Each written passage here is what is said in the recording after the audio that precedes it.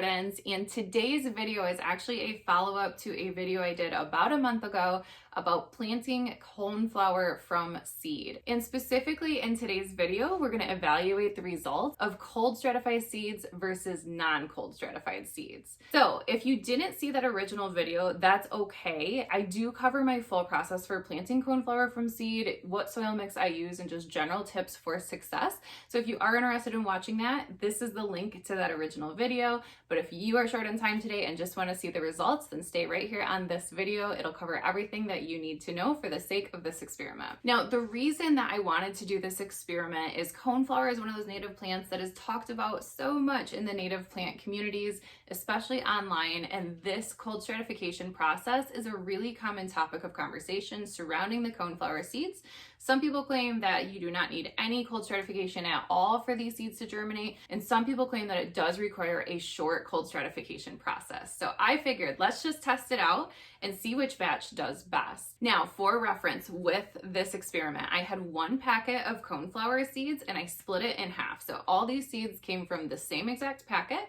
They were planted up in the same exact soil mix that I make myself.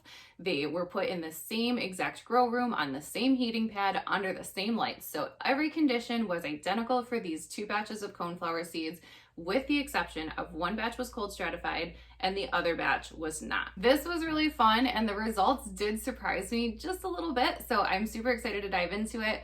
Let's go ahead and head on over to my growing racks and see what batch turned out best. All right, this batch that we're gonna look at first is going to be the batch that I planted earlier. So these were planted on February 4th. Today is February 24th. So these were planted in the soil exactly 20 days ago, straight out of the packet without any cold stratification.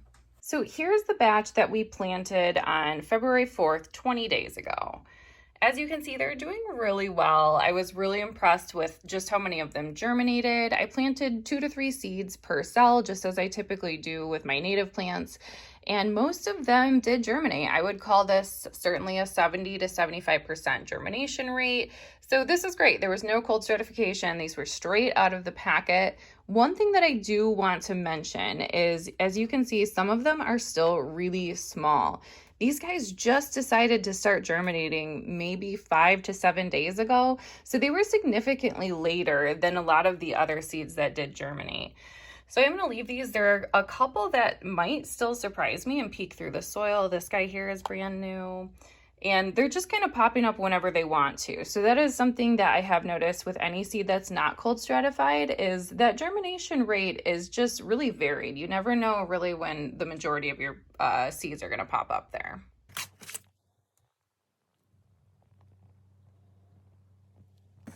So 70 to 75% germination rate is still really good, especially for native seeds. If you're experienced with growing native plants from seed, then you'll know that sometimes they just don't want to germinate, even if you do everything right.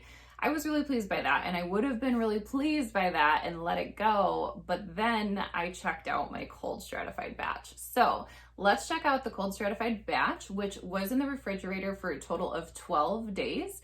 To see that cold stratification process that I used pop back into that first video on planting coneflower seeds, I do review my cold stratification process.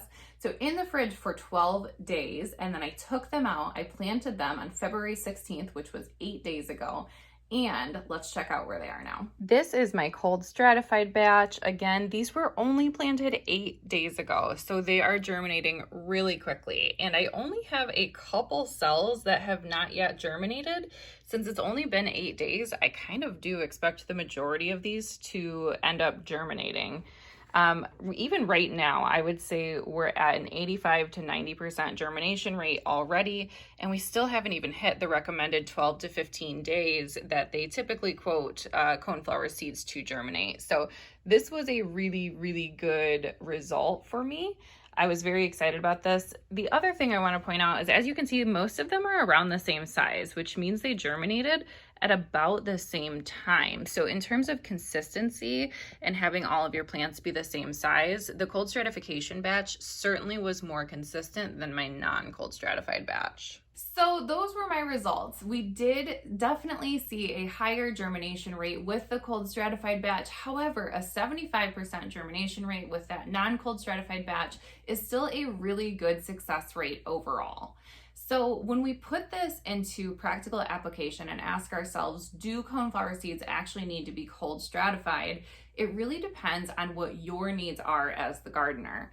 If you are growing from home and you're thinking, I just want to get my hands dirty and start planting things in the soil, then by all means, throw the coneflower seeds in the soil. There's no need to go through that cold stratification process. Just know that your germination rate probably won't be quite as high as it could be with that cold stratification process. Now, for someone like me who's running a plant nursery and wants all of my plants to be about the same size with a lot of consistency and grow up and mature at the same rate, then using that cold stratification process to force those seeds out of dormancy all at the same time is super worth it for me.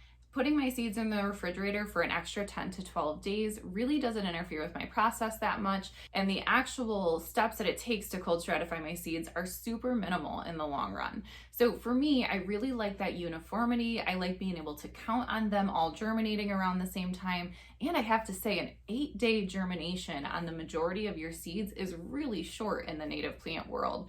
So that was another added bonus that I really didn't expect, is the fact that they were going to germinate that much quicker. Now, when I do my cold stratification process, I do them in a coffee filter and then wrapped in a paper towel that's thoroughly soaked with water. So they get to start softening that shell. They're eating up that moisture right away. So they're really getting started on the germination process, but they don't actually start to germinate until they're brought out of the cold. That is an added benefit of the cold stratification process, is just the fact that you do kind of get a kickstart on some of the processes that happen once you put the seed in the soil and start to water the soil. This was a really fun experiment for me, mostly because I was really nervous to start growing native plants from seed when I first started really getting involved in gardening and when we first opened the plant nursery. We bought a lot of our stock from local suppliers and really focused on just supporting our local growers because we didn't think that that was a process that we could really take on ourselves. Since then, I've started experimenting with doing some of these processes on my own, and they're just not as overwhelming as I once thought that they were. So cold stratification was one of those processes that I was like, there's no way that we would have time to do that or space to do that or whatever it was. I just thought this extra step in the process is not something that would work with the way we do things.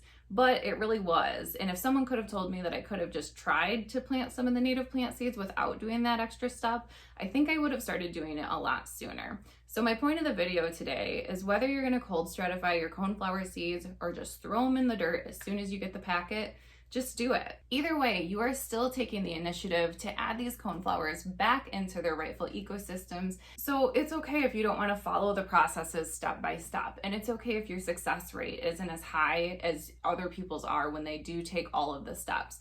You're still doing something awesome for our local ecosystem, for the birds, the insects, the mammals that inhabit that ecosystem, and for the other plants that surround it. Good for you. I love talking about native plants. I love talking about all plants in general, but I especially love talking about native plants. Native plants are pivotal to us repopulating the insect population that has been on a steady decline for many years now.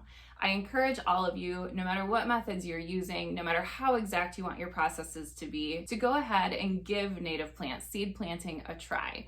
No matter what way you spin it, you'll get a little bit better at it every single year, and you might end up saving some money in the long run too. If you live in beautiful northern Michigan and are close by, we are selling these coneflowers along with a huge variety of other native plants that we started from seed this year.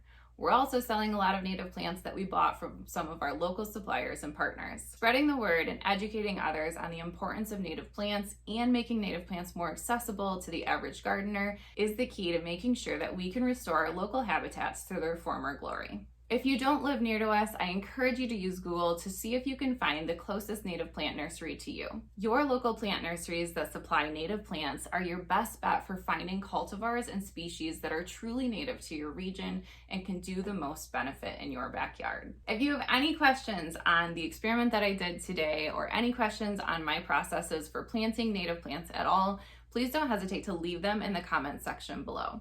If there's another cool experiment you guys want me to try, definitely let me know. I absolutely love talking about this stuff, and I love doing cool experiments like this just to see, is it folklore or is it truly a process that benefits our plants? Thank you so much for taking the time to tune in with us today. Every minute that you spend on our channel greatly benefits small businesses like ours.